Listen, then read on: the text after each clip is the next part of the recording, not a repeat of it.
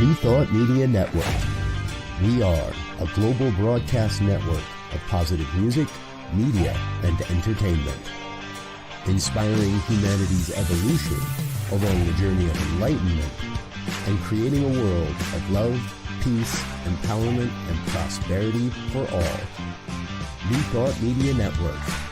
Positively inspiring.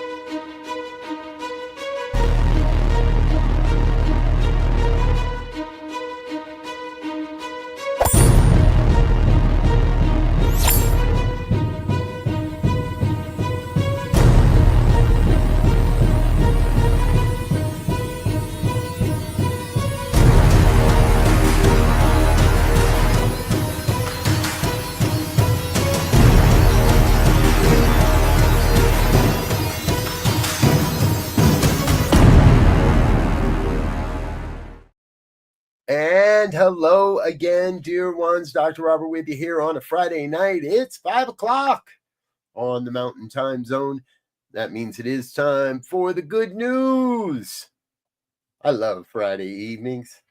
We get to share some of the good news stories, the things that remind me that we really are creating a world that works for all. And I invite you to take these stories out into the world with you throughout the weekend. Don't bitch about the government. Talk about the good news. All right, first up tonight, I love this. Oh my gosh, we are growing and going. 90% of all power grid additions in America in 2024 were renewable. Now, the article that I found goes all the way back to 2004, where at that time, it took a whole year to add a gigawatt of solar power to the grid. Well, now, 20 years later, it takes just a single day to produce a gigawatt of power. And a gigawatt can power around 200,000 homes in the U.S. That's another just staggering statistic right there. American businesses and governments funded the installation of 30 gigawatts this past year in 2024 alone. Indeed, 90% of all grid additions in 2024 were renewable energy sources, including solar, wind, biomass, hydro, and geothermal. Solar accounted for 80% of the increase and provided 30 gigawatts of electricity, or about 75% of the total renewable energy supply that California has installed in the state's history. New solar capacity added in 2024 is almost 9 times that added by natural gas and nuclear energy combined. We've been running all kinds of stories this past year on renewable energy and its implementation. As we've reported, all of the city buildings in Chicago are now run on renewable energy. New York City hit its New York State hit its solar energy goal a year early and is now powering, has added enough of power to power 1 million homes. Now, part of this can all be explained by the fact that it's no longer financially feasible to build traditional fossil fuel energy plants.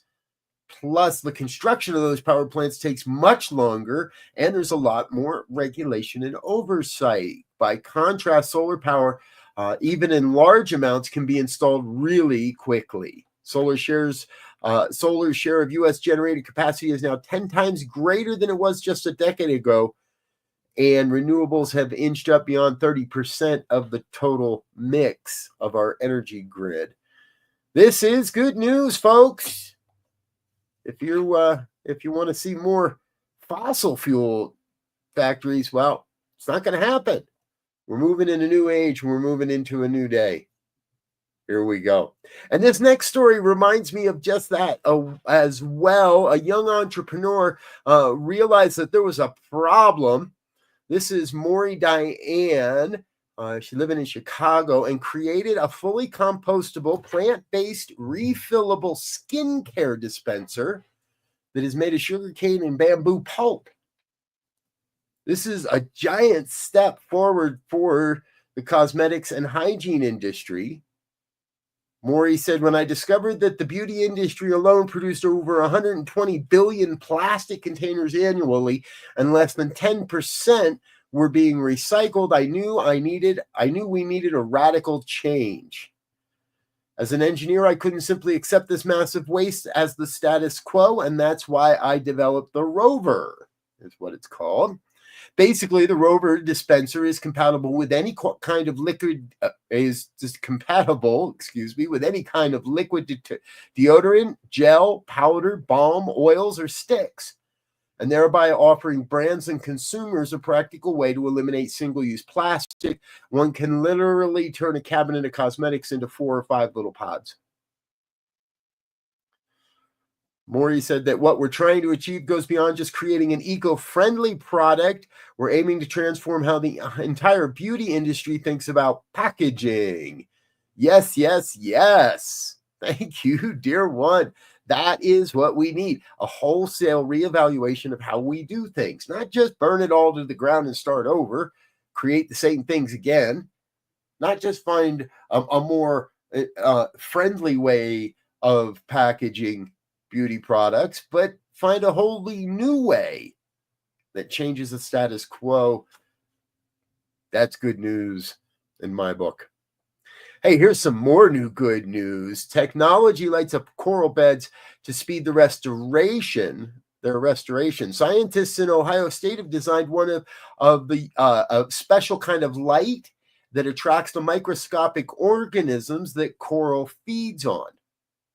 The device, dubbed the Underwater Zooplankton Enhancement Light Array, UZELA, is an autonomous, programmable underwater light that underwent trials with the help of the Coral Restoration Foundation in Hawaii.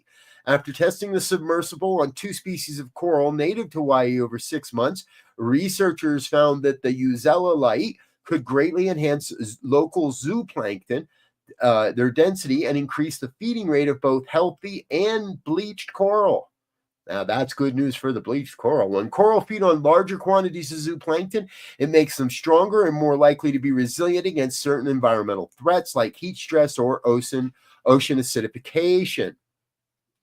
According to Andrea Grotoli, the lead author of the study, coral reefs house 1/3 of all marine species, yet occupy less than 1% of the oceans.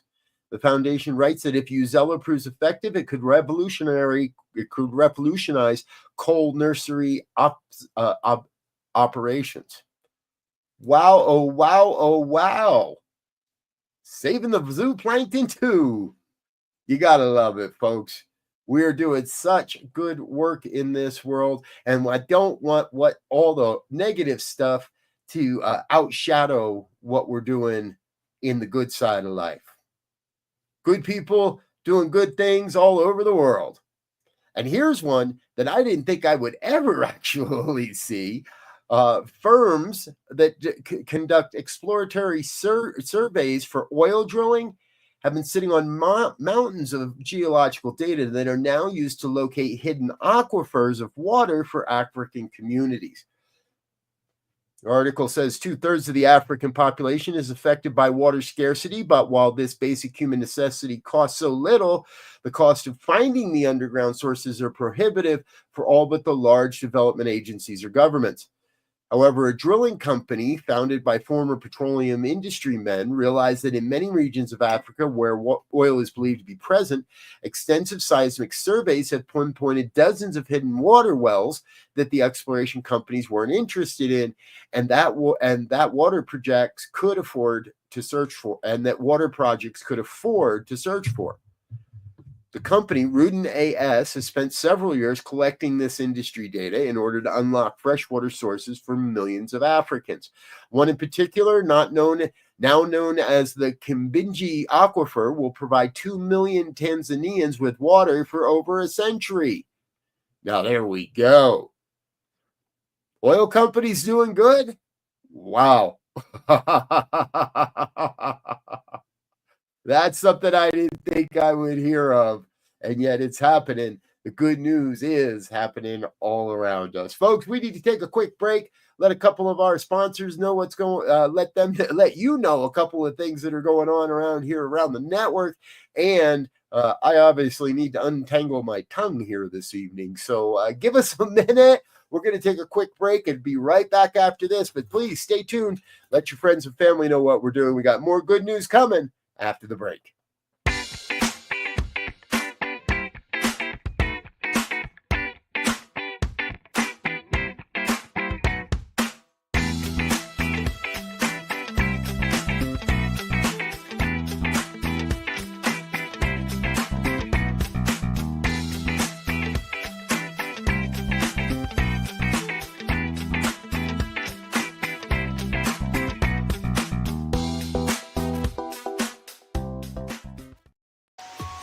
New Thought Media Network proudly presents the 2025 Season for Nonviolence 64-day meditation series, January 30th through April 4th. Join us as we carry the vision of a world that works for all.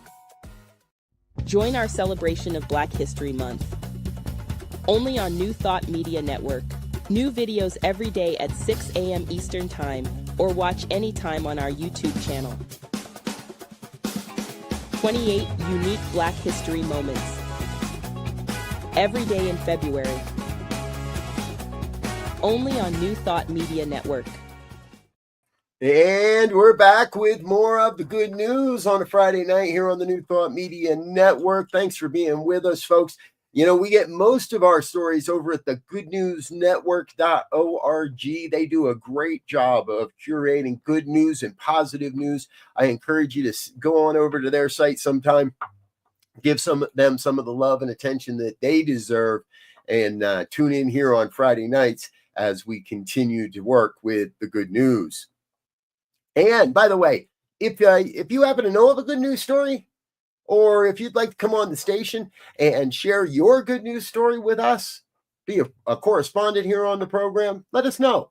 We'd love to talk to you about it. Good news at ntmedia.org. All right, let's get back into it. In a story we've reported on over the last few years, the Tonka Fund is a tribal-led nonprofit. They're creating a network of native bison ranchers that are restoring ecosystems on the Great Plains. They're restoring native ranchers' connections with their ancestral land and restoring the native diet that their ancestors relied upon. Good news. The human part of the story, that's the human part of the story. But as Dawn Sherman, executive director of the Tonka Fund, told the Native Sun News, they're buffalo people, and these four-legged, 2,000-pound cousins are equal part protagonists.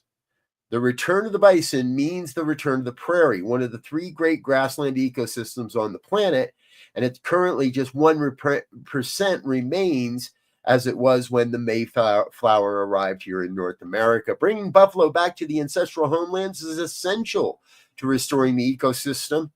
We know that the buffalo is a keystone species. That's all Dawn Sherman again. She's a member of the Lakota, Delaware, Shawnee, and Cree tribes. She also said, bringing the buffalo back to the land and to our people helps restore the ecosystem and everything it supports, from the animals to the plants to the people. It's come full circle, and that's how we see it. The long-billed curfew, everywhere the bison hurls its massive body, life springs in the beast's wake. When bisons roll out on the plains, they create depressions known as wallows. These fill with rainwater and create puddles where amphibians and insects thrive. Since 2020, the Tonka Fund, in partnership with the Intertribal Buffalo Council and the Nature Conservancy, have overseen the transfer of 2,300 bison from Nature Conservancy reserves to lands managed by ranchers within the Tonka Fund network. The more animals that we can get, the more of the prairie we can restore, said Sherman. We can help restore the land that has been plowed and has been leased out to cattle ranchers. Good news in the plains of the U.S. as the buffalo return and the bison return. Folks, you know, we do a lot of stories here about the return of nature. Well, I love finding those stories that remind us that no matter what's happening, planet Earth is healing itself. And if humans can stay out of the way, well, amazing things can happen. And one of the ways we can stay out of the way is to stop doing some of the things we do. Good news coming out of Colombia. It would appear that our penchant for deforestation has turned around.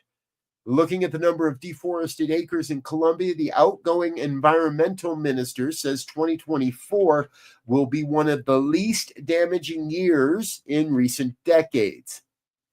Now, considering the level of paramilitary presence in rural Colombia over the past 50 years, it's an incredible achievement to have seen it fall so low in one of the world's most biodiverse countries. Colombia has had problems with deforestation for years, owing to the occupation of rural highland forest areas by the revolutionary Marxist guerrillas force, a similar group called the ELN, with which Colombia remains in conflict. Deforestation is in part driven, it's believed, by dissenting rebels from these and other groups, including drug traffickers, others building roads, camps, ranching animals, and perhaps supplying the illegal hardwood trade as well.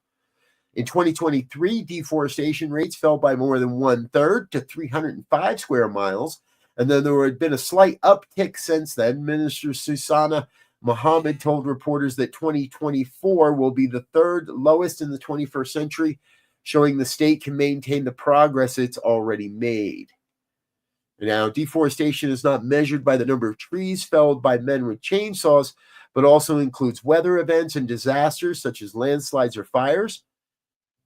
2024 was originally predicted to see a sharp rise with the El Nino weather.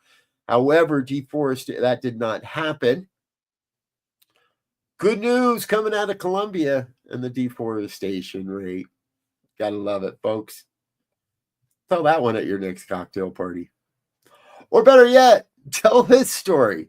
A tiny little lizard found on one tiny Caribbean island has seen an incredible 1,500% increase in its population just after a few years of island restoration efforts. In 2018, researchers researchers estimated there were fewer than 100 individuals of the critically endangered sombrero ground lizard, which you see here. And that was all on a small hat-shaped sombrero island, which is part of the Anguilla in the Caribbean. Just 6 years later, there are more than 1,600 of them, is what a recent survey found. Jenny Dalton, an alliance director at Conservation Fauna and Flora, said, "I am beyond thrilled to see the ground lizards on the road to recovery. And this is a fantastic reward for everyone who has worked hard to restore the Sombrero Island.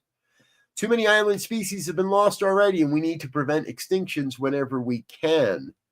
What a great story. Bring them back, these little lizards. You got to love it, folks. Hey, we're going to take another real quick break and say hello to our sponsors, say thank you to our organizational sponsors and individual donors, but then we'll be back with our third installment and this week's Hero of the Week. Don't go away. You want to see this. We'll be right back.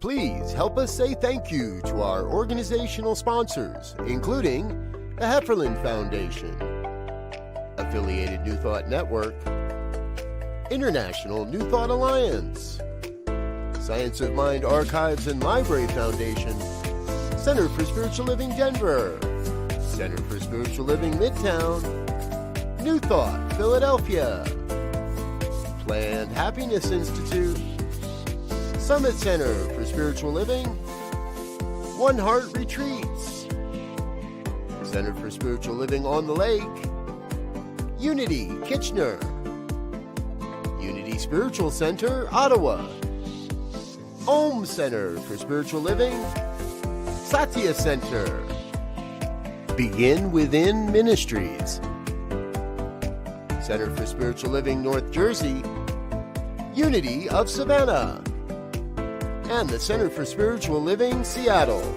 as well as all of our individual donors. Thank you for being part of the New Thought Media Network. Please like, share, and subscribe. New Thought Media Network. Positively inspiring. And we're back with more of the good news here on a Friday night. Hey, this first story of this segment comes from we didn't think of this before. Authors of a recent study have found that the best course of action in fighting cancer isn't to fight it at all.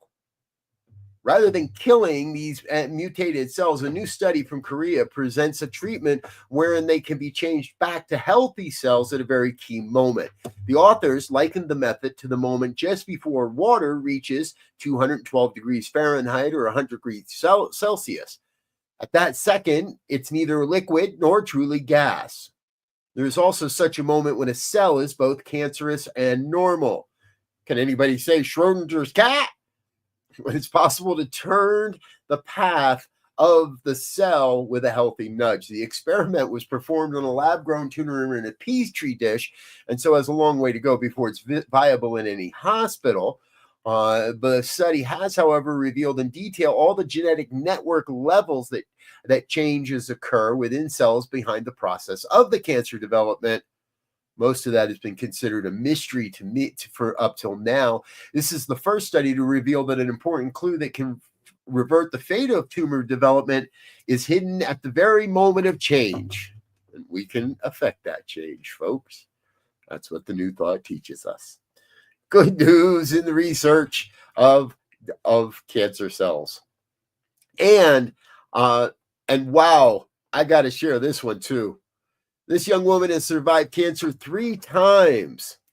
And because of that, became a paramedic so she can give back to the National Health Service in England, serving other patients who are going through the same thing. Catherine Murrell was first diagnosed with cancer when she was just 16. She went under 6 months of daily chemotherapy before being given the all clear. Years later, however, received 2 other diagnoses. Now 27, Catherine is finally cancer-free and says her experience with the NHS is what inspired her to join the London ambulance service. I've spent 11 years going to regular hospital appointments. When you get used to it, you want to give something back. Since battling stage 4 lymphoma, a blood cancer that affects the immune system, she's undergone a double mastectomy to decrease her risk of further cancer after undergoing so much radiation treatment. Fortunately, Catherine has been cancer-free for over a year and wants to share how her experience inspired her to become a paramedic, especially because all the medical care interrupted her opportunities to go to the university. Congratulations, Karen. Good work and good news. Folks, if she could survive cancer 3 times and come back to serve, I'm sure what's going on in our lives is something we can accomplish. So please, don't ever give up.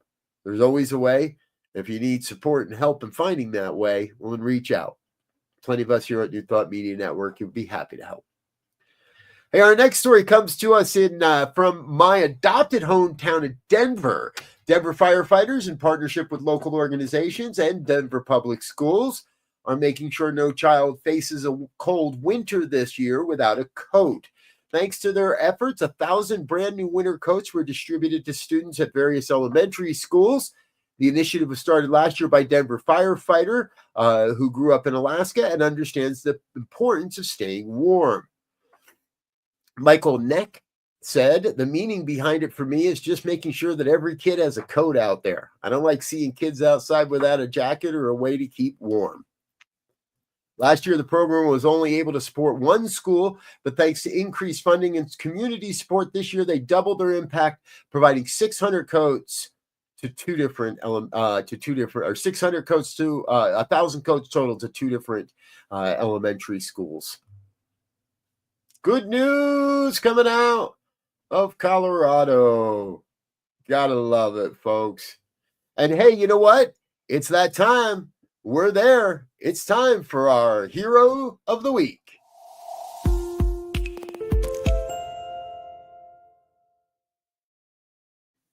Following the California wildfires last month, a Pacific Palisades resident anxiously awaited an opportunity to return to his home and examine the damage after the January fire had devastated his neighborhood.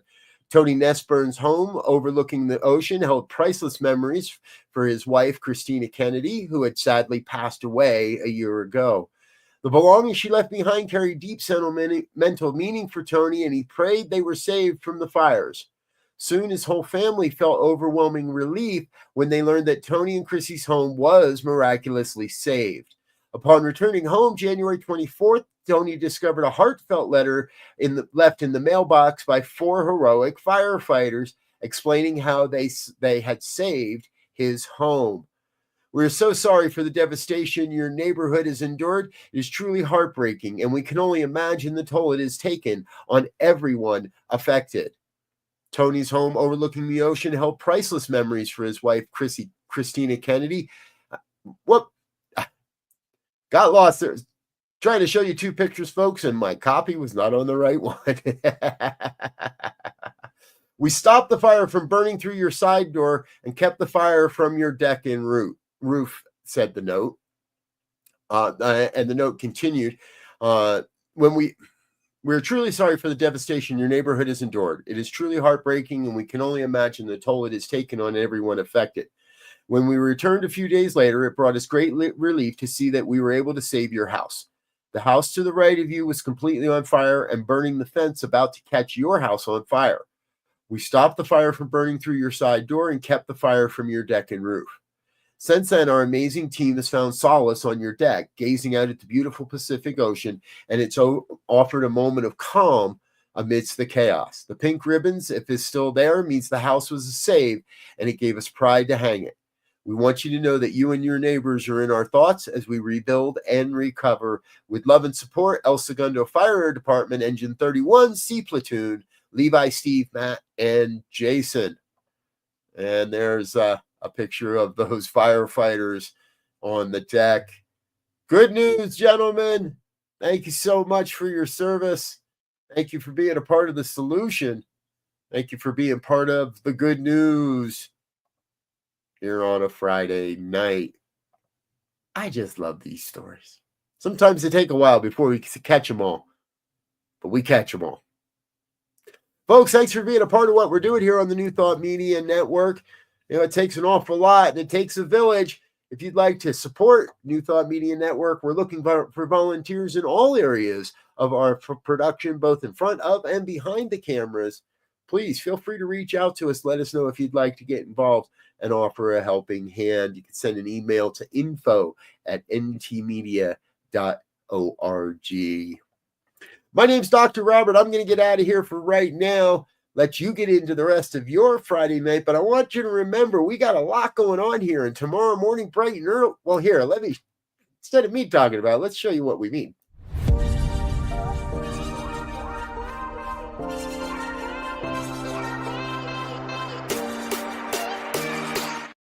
Well, no, that was the wrong one. That's why we need help in our production department. Thanks for being with us, folks. I'm Dr. Robert. I'm going to get out of here for now. Until next time, we wish you peace and richest blessings. Bye now.